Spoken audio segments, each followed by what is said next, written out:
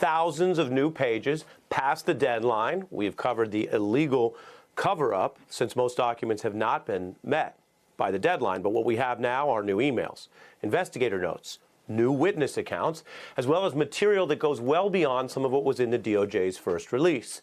Before we get into any of the context and the wider legal ramifications, let me tell you highlights of what are in these files. New flight records, newly revealed prosecutor notes, documentation of Donald Trump traveling with Epstein. Durante años, los entresijos de los concursos de belleza se han tratado como eventos aislados del debate institucional. Ahora hay indicios de que esta interpretación podría no mantenerse mucho más tiempo. En la última semana de noviembre, circuló en las redes sociales un vídeo de poco más de 2 minutos, grabado por un antiguo miembro del jurado de los concursos Miss USA y Miss Teen USA durante la década en la que Donald Trump controlaba directamente las organizaciones. La grabación, publicada sin patrocinio ni campaña publicitaria alguna, ofrecía un relato directo, sin adornos y sin pretensiones de visibilidad pública, pero que rápidamente llamó la atención de analistas jurídicos y periodistas especializados en gobernanza institucional. El contenido, aunque conciso, aportaba nombres, fechas y vínculos que sitúan en una nueva perspectiva la relación entre los eventos de entretenimiento y las estructuras de poder político en Estados Unidos. El impacto del episodio no se limitó a lo que se dijo en el video. Lo que más intrigó a los observadores fue el patrón de comportamiento sugerido entre bastidores de los concursos, y el hecho de que el autor de la denuncia indicara con naturalidad vías de investigación que permanecen ignoradas desde hace décadas. La mención directa a figuras públicas como Billy Bush y Nancy O'Dell, ambos asociados a programas de auditorio y transmisiones de gran audiencia durante la década de 2000, reorganiza la lectura sobre el grado de exposición institucional involucrado. Ambos estuvieron vinculados profesionalmente a las etapas televisivas de los concursos mencionados, y ambos aparecen en registros anteriores asociados a declaraciones públicas de Donald Trump que se convirtieron en fundamentales en la cobertura de las elecciones presidenciales de 2016. La superposición entre el mundo del entretenimiento y el de la articulación política no es nueva, pero adquiere contornos distintos cuando nombres que participaron activamente en esos bastidores surgen ahora como posibles piezas de un circuito de favoritismo estructurado. El denunciante, sin hacer acusaciones directas, se limita a sugerir que quien quiera entender mejor lo que realmente ocurría detrás de las cámaras, comience investigando a estas dos figuras públicas. La indicación de que existen vías objetivas de investigación, a partir de nombres reales, fechas verificables y eventos transmitidos públicamente, reabre un capítulo que parecía haber sido superado por los escándalos políticos más recientes. La grabación del vídeo se realizó en un tono sobrio. El autor afirma haber guardado silencio durante años, alegando que temía represalias. También afirma que entrenó personalmente a decenas de candidatas a los concursos y que tenía acceso directo a los bastidores y las rutinas operativas del evento.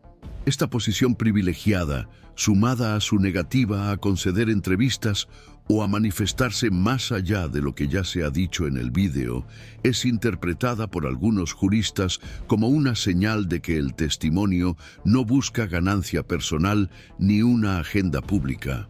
La mención explícita de los riesgos que conlleva la divulgación de esta información refuerza el carácter sensible del contenido. Aunque hasta ahora no hay confirmación oficial sobre la identidad del autor, los analistas han podido cotejar parte de la información con registros audiovisuales de ediciones anteriores de los concursos y han encontrado coherencia en los nombres, cargos y funciones citados. El elemento que más desplaza el episodio del ámbito del rumor al campo del análisis institucional es la naturaleza de las conexiones históricas. Los concursos Miss USA y Miss Teen USA, bajo la gestión de Trump, operaron durante años dentro de un circuito que involucraba transmisiones nacionales, redes de patrocinadores, entrenadores, presentadores y jurados elegidos directamente por el equipo del entonces propietario. Este sistema funcionaba con amplia visibilidad, pero con muy poca supervisión pública. Es dentro de este marco donde comienzan a surgir mayores inquietudes. El contenido de la denuncia cita acontecimientos que tuvieron lugar cuando Donald Trump aún era empresario. Pero el contexto cambia cuando se recuperan imágenes de su participación en otros concursos internacionales como el Look of the Year, promovido en 1991 por la agencia Elite Model Management. En ese evento específico, Trump aparece en registros fotográficos y audiovisuales, sentado junto a figuras que años más tarde serían objeto de investigaciones por explotación de menores en el mundo de la moda. Gerald Marie y John Casablancas, ambos documentados en la misma mesa de jurados con Trump, son nombres recurrentes en denuncias públicas y artículos periodísticos sobre abusos cometidos en entornos de alta visibilidad y bajo control institucional. La simple presencia física del entonces empresario en estos eventos, asociada a declaraciones públicas en las que él mismo admite comportamientos invasivos entre bastidores en concursos con adolescentes, produce un nuevo grado de tensión interpretativa. Hasta ahora, este tipo de exposición se consideraba parte de la retórica de la autopromoción. Ahora, este discurso se ve confrontado por datos contextuales y conexiones documentales que ya no pueden ser ignorados. La narrativa construida a lo largo de los años por los asesores y defensores de Trump siempre ha tratado de separar sus actividades en el mundo del entretenimiento de su posterior actuación política. Sin embargo, la reaparición de estos elementos con nuevos puntos de contacto, como la indicación directa de nombres aún activos en los medios de comunicación y el cruce con investigaciones internacionales, comienza a deshacer esta separación artificial. El sistema que permitió que estas estructuras operaran sin interferencia institucional durante tanto tiempo comienza a ser cuestionado desde dentro. Lo que parecía solo una historia personal, ahora comienza a reinterpretarse como parte de un patrón más amplio, en el que el poder económico, el prestigio público y el control sobre los entornos de visibilidad se utilizaron simultáneamente en contextos de baja regulación. La repercusión inicial aún se limita a círculos especializados, pero el episodio ya ha llevado a algunos medios independientes a revisar archivos y transmisiones anteriores en busca de nuevas pruebas. El debate sobre si y cómo estas prácticas pueden enmarcarse jurídicamente sigue abierto, pero hay un punto de consenso emergente entre juristas, analistas de riesgo y estudiosos de la gobernanza. La intersección entre los concursos de belleza, las figuras públicas y la ausencia de responsabilidad por conductas recurrentes debe examinarse con el mismo rigor que se aplica a otras estructuras de poder. Y es precisamente por mantener este compromiso con el contexto y el análisis continuo que seguimos de cerca los desarrollos de este caso. Los titulares aislados no sustentan el entendimiento institucional, pero los patrones, cuando se repiten, hablan por sí mismos. Es en este contexto que diferentes actores institucionales comienzan a revisar el historial de permisividad en torno a los concursos de belleza asociados a Donald Trump. A partir de ese momento, el foco se desplaza de la denuncia individual a la estructura que permitió el mantenimiento de un ecosistema opaco, sustentado por el prestigio, la ausencia de escrutinio formal y la articulación con segmentos de los medios de comunicación y el entretenimiento. El propio modelo operativo de la organización Miss USA durante los años en que estuvo bajo el control directo de Trump funcionaba al margen de cualquier regulación externa significativa, basándose en contratos privados y normas internas que concentraban las decisiones en un reducido núcleo de colaboradores. Los jurados eran elegidos sin la participación de instancias independientes.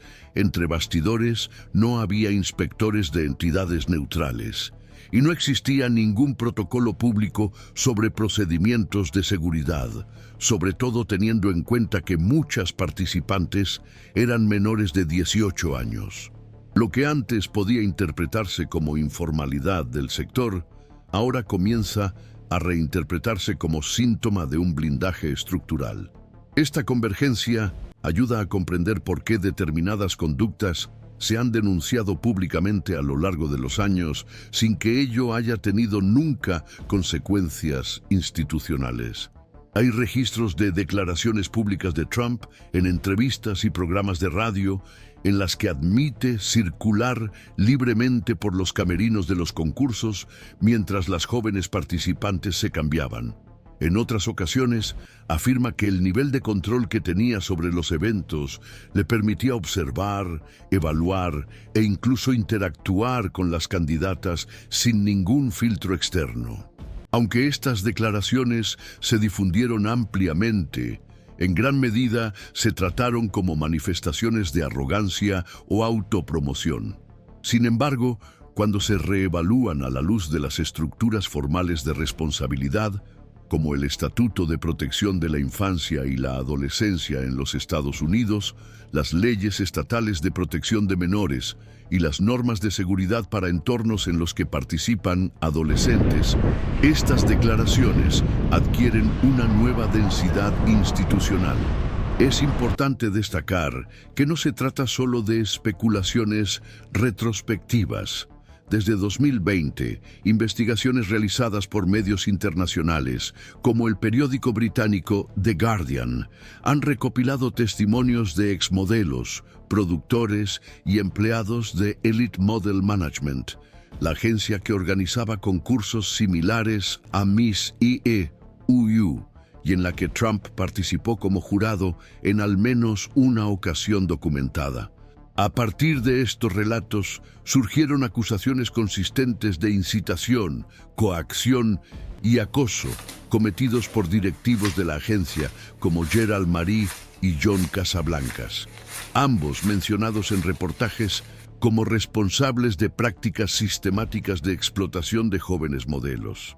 Los documentos muestran que, durante los eventos en los que Trump estuvo presente, estas figuras circulaban entre bastidores con total libertad y sin ningún tipo de control institucional. A partir de estas pruebas, comienza a formarse una línea de correlación entre prácticas que, aisladamente, podrían tratarse como excesos individuales, pero que, en conjunto, revelan un sistema funcional de permisividad. Los juristas que siguen el caso señalan que la caracterización legal de la responsabilidad en entornos de este tipo no depende exclusivamente de actos directos. El concepto de corresponsabilidad por omisión o facilitación está previsto en diversas normas federales y puede aplicarse incluso en contextos empresariales, siempre que se demuestre el conocimiento previo, el beneficio obtenido o la negligencia activa. Esta interpretación es particularmente relevante si se tiene en cuenta que Trump no era solo un invitado ocasional, sino el propietario y organizador de los eventos, con autoridad formal sobre los jueces, las concursantes y la estructura logística del concurso. Además, el vínculo directo con figuras como Billy Bush y Nancy O'Dell, que participaron en las transmisiones televisivas de los concursos y aparecen mencionados en las recientes denuncias, reorienta el enfoque del análisis. Ambos han estado asociados a episodios controvertidos que implican lenguaje abusivo, comportamientos inadecuados y normalización de conductas que, en otros sectores, se tratarían como graves violaciones de la conducta profesional. El fragmento más citado de esta trama es la grabación de 2005, en la que Trump hace declaraciones explícitas sobre acoso sexual en una conversación con Billy Bush. Aunque la grabación se hizo pública en 2016 y tuvo un impacto electoral, su conexión con los concursos Miss USA y Miss Teen USA nunca se exploró plenamente en términos de responsabilidad institucional. Ahora, ante las nuevas conexiones documentales, este punto se retoma como parte de un entorno sistémico de impunidad. Otro factor relevante es el patrón de selección y preparación de las candidatas. El propio denunciante afirma haber entrenado a varias jóvenes participantes en técnicas de oratoria y presentación, habiendo sido designado para esta función por la organización del concurso. Este tipo de entrenamiento, aunque común en entornos competitivos, se vuelve delicado cuando se realiza sin la presencia de tutores legales, contratos transparentes o acompañamiento psicológico adecuado, especialmente teniendo en cuenta la edad de las involucradas. En las declaraciones recogidas por investigaciones independientes se menciona con frecuencia la ausencia de protocolos de protección, la dificultad de denunciar los abusos sin represalias y la inexistencia de canales formales de denuncia. Todo ello apunta a una zona gris en la que se producían conductas potencialmente perjudiciales bajo la apariencia de normalidad institucional. Por lo tanto, lo que se analiza no es solo la conducta de un individuo, sino la lógica de funcionamiento de un sistema que combinaba exposición mediática, ausencia de regulación externa, vínculos con estructuras empresariales investigadas y control concentrado en pocas manos. La convergencia de estos factores sugiere la existencia de un acuerdo funcional que operaba bajo el radar de las instituciones mediante un escudo: fama, capital y acceso a los medios de comunicación. Este tipo de estructura no es nueva en Estados Unidos, pero el caso de los concursos de belleza vinculados a Donald Trump representa una oportunidad para revisar los mecanismos de control existentes, o la ausencia de ellos, en eventos de alto impacto social que involucran a adolescentes en entornos de competencia pública. Aunque hasta el momento no se ha llegado a una conclusión jurídica, el avance de estas conexiones ya está produciendo efectos relevantes en el plano de la narrativa pública. La recuperación de registros audiovisuales, la validación cruzada de nombres y funciones, y el rescate de antiguas entrevistas con el propio Trump permiten reevaluar los acontecimientos bajo nuevos criterios. Se trata de un reposicionamiento del pasado reciente a la luz de nuevas evidencias y de una mayor sensibilidad institucional sobre conductas antes ignoradas. Este movimiento, aunque todavía discreto, es seguido con atención por entidades reguladoras, consejos de comunicación y comités de ética profesional. Y es porque entendemos que los efectos institucionales no dependen solo de decisiones judiciales, sino también de un análisis riguroso y de la memoria pública que seguimos monitoreando con cuidado los desarrollos de este caso. Cuando las estructuras se mantienen durante tanto tiempo sin cuestionamientos, es en la acumulación de pruebas donde comienzan los cambios más relevantes. Según la documentación disponible actualmente, aún no se ha llegado a un acuerdo común, ni en el ámbito jurídico ni en el institucional, sobre la forma adecuada de interpretar los elementos recientemente hechos públicos en el contexto de las atribuciones de Donald Trump como figura central en la organización de los concursos Miss USA y Miss Teen USA. Una corriente de interpretación entiende que la denuncia divulgada por un antiguo miembro del jurado debe considerarse como parte de un conjunto más amplio de indicios que apuntarían a la existencia de un entorno estructuralmente permisivo con la negligencia. Para los juristas que se alinean con esta lectura, La combinación de procedimientos internos, sin supervisión independiente, la participación de adolescentes y la presencia recurrente de personas históricamente asociadas con acusaciones de conducta abusiva, configura un cuadro de vulnerabilidad sistémica que no puede separarse de la máxima instancia de mando. Por el contrario, hay analistas que sostienen que la ausencia de denuncias formales en el periodo en cuestión, junto con el carácter privado de la gestión operativa, impone límites severos a cualquier intento de calificar retroactivamente estos hechos como relevantes desde el punto de vista institucional. Para este grupo, la responsabilidad directa requeriría pruebas concretas que hasta el momento no han surgido de forma clara e incontrovertible. De este modo, el debate se desplaza hacia la zona de intersección entre la responsabilidad ética y la responsabilidad legal. Una distinción que se vuelve particularmente sensible cuando involucra a figuras de alto perfil político. Algunos expertos consideran que las pruebas reunidas hasta ahora serían suficientes para justificar la apertura de procedimientos de investigación formales, basándose en la repetición de patrones de comportamiento público y en vínculos ampliamente documentados.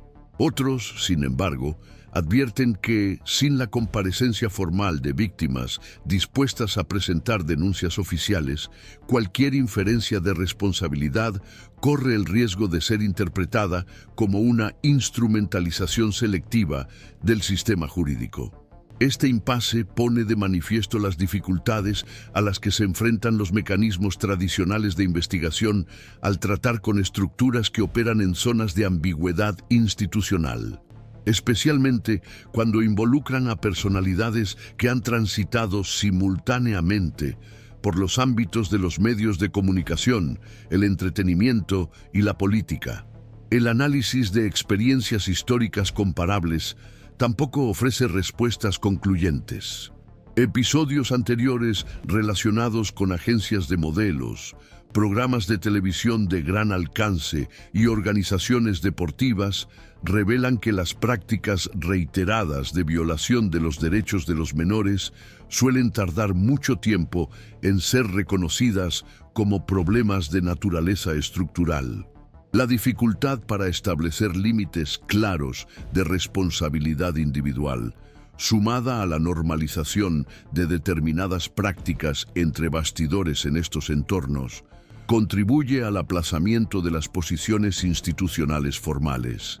El caso de Elite Model Management ejemplifica este proceso, ya que su revisión solo cobró fuerza tras investigaciones periodísticas de carácter internacional, capaces de articular múltiples relatos y registros históricos dispersos. Aún así, varias iniciativas legales encontraron obstáculos, ya sea por la falta de pruebas materiales directas o por la resistencia de las autoridades públicas a enfrentarse a estructuras que seguían activas en el mercado de la imagen.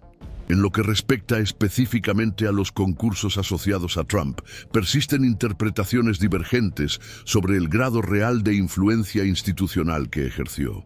Los registros públicos indican que tenía control contractual sobre los eventos, participaba en la definición del jurado y mantenía una participación directa en las transmisiones televisivas.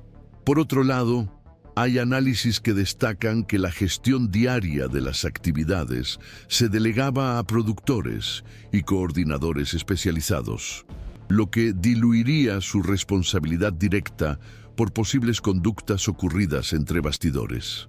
Esta divergencia pone de manifiesto una fragilidad recurrente: la dificultad de atribuir responsabilidad en estructuras en las que el prestigio individual confiere legitimidad pública, mientras que los procesos operativos permanecen fuera del alcance del escrutinio institucional. La comprensión de estas capas exige más que testimonios aislados o registros audiovisuales antiguos. Exige una lectura sistémica de los mecanismos que permiten la continuidad de prácticas que no pasan por el control formal. Los analistas del campo de la comunicación también destacan un aspecto adicional: el papel que desempeña la prensa en el mantenimiento o la ruptura de patrones prolongados de silencio. Desde la divulgación del material presentado por el exjurado, pocos medios tradicionales se han dedicado a una cobertura en profundidad del tema. Por el contrario, las plataformas independientes y los espacios digitales han comenzado a recuperar entrevistas, vídeos archivados y reportajes antiguos que, reinterpretados a la luz del contexto actual, pueden revelar patrones anteriormente descuidados. Esta diferencia de enfoque suscita interrogantes sobre la autonomía editorial frente a figuras públicas conocidas por adoptar estrategias litigiosas agresivas contra los medios de comunicación. Al mismo tiempo, señala una transformación en el eje de producción y circulación de información sensible, cada vez más descentralizado y con potencial para generar presión institucional incluso sin la validación inicial de las grandes redacciones. Desde la perspectiva institucional, el episodio también suscita reflexiones más amplias sobre los límites de los instrumentos tradicionales de rendición de cuentas.